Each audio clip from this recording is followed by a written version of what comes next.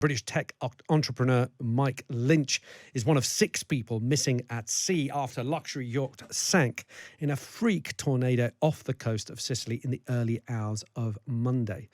One person has been confirmed dead after 15 passengers on the super yacht were picked up by rescuers searching rough seas for survivors. The 56-metre vessel named Bayesian is owned by a company controlled by the wife of Mick Lynch. It sank on the seabed half a mile off the coast near Palermo. Matthew Schank is the chairperson of the Maritime Search and Rescue Council and joins us now. Matthew, I know you've been following this very closely. Can you tell us about what happened? How did the yacht find itself caught in a tornado off the coast of Sicily? Yeah, good afternoon. It is a very strange set of circumstances. Where the vessel was anchored overnight is known anchorage. Palermo is a decently sized port in Sicily. But the phenomenon of tornadoes or sea spouts at sea is quite rare. They do happen, but being caught in one of them is quite unusual. What sort of craft are we talking about? The Bayesian sounds large, 56-metre vessel. Do we know a little bit more about the vessel itself? Yes, so the vessel itself is a sailing vessel, and as you said, it's 56 metres in length, which is quite large for a sailing vessel. There are larger super yacht equivalent sailing vessels out there, but putting it into relative size of other super yachts and luxury yachts that are out there, it's not too big, but for a sailing vessel, it's quite large. It would have carried certification as a commercial yacht, which means the vessel has to meet certain safety standards. Crew have to have required certification and training, and there's no indication to show they didn't have any of that. You tend to find that yachts are usually pretty good at maintaining those standards, and especially being a UK flagged vessel, it's required to meet all the international regulations and UK maritime regulations as well, which are quite high. From what I understand, Matthew, it was another vessel ahead of the Bayesian that also went through the rough patch of weather that managed to get back and was the first on the scene to rescue people in a lifeboat. What can you tell us about the first people on the scene? So my understanding is the captain of the vessel who responded first was actually in the anchorage at the time as well, and he had to use his engines to manoeuvre his own vessel within the storm to try and keep the vessel positioned even though they were at anchor. I think he reported seeing the vessel was there 1 minute, and then when the storm passed, the vessel was gone. 15 people were recovered from the life raft. Now, these life rafts tend to be quite bright in colour, tend to have flashing white lights on them. So in the darkness as well as the early morning light, it would have been quite obvious to see, which is why the vessel proceeded there first to recover who they could from the life raft. They also probably would have been reporting the incident to the authorities, requesting additional vessels and assistance to deal with what obviously is quite a significant incident. What are the weather conditions now, Matthew, and are they hampering the search and rescue? Yeah, so from what I've seen, there is a little bit of wind there. There's nothing that is of too much concern at present, nothing that's out of the ordinary. And that's also was the case with the forecast last night. There was a warning out for storms.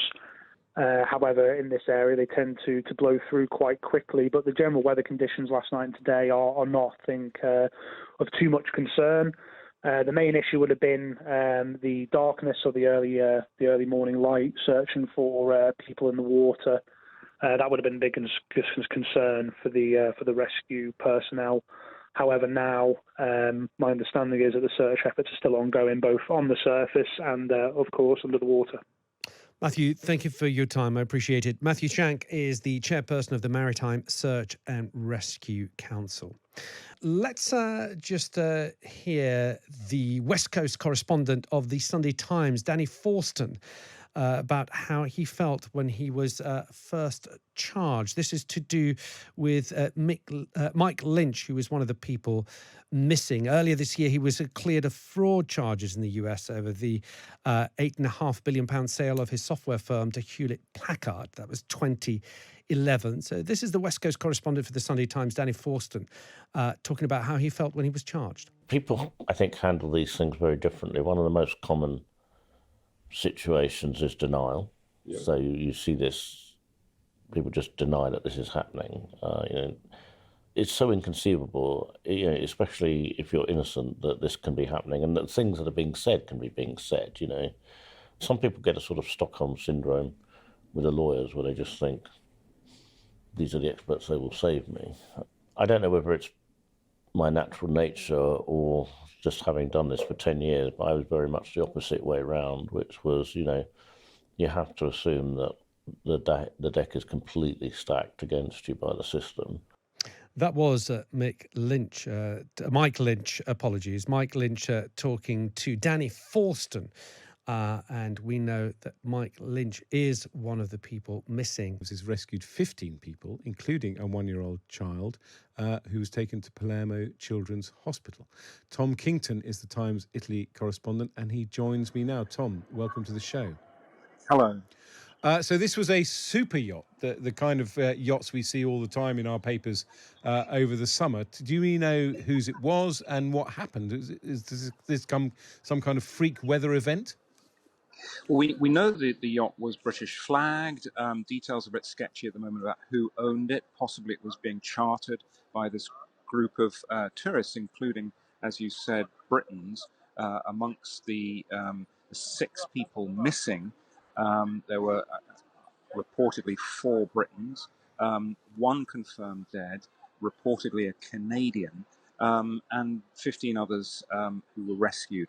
Boat went down during this freak storm at 5 a.m. Looks like people managed to get into the water where they were quickly picked up, I think by a passing yacht, but then also by the local Coast Guard. But then the vessel itself quickly went down, now sitting on the bottom at a depth of about 49 meters. These kind of extreme weather events are rare on the Italian coastline, but becoming more common. You tend to get quite a lot of water spouts now off the coast of places like Liguria in northern Italy.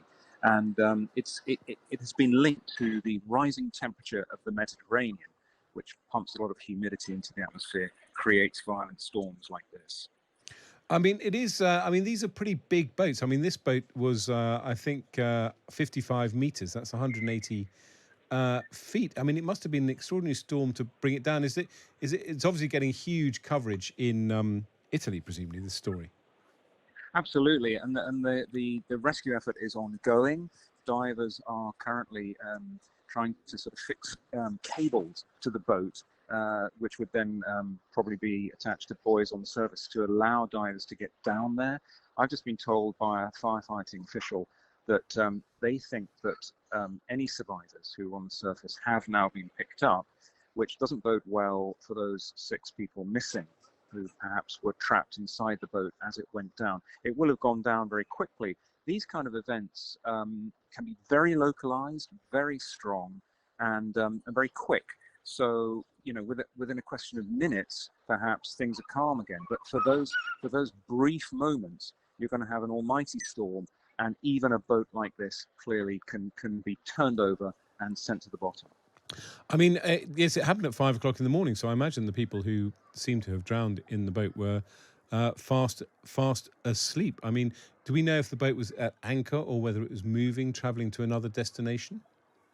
I'm going to assume it was at anchor because it was off a place called Porticello and had probably anchored there for the night. Yet to be confirmed, but that's my hunch.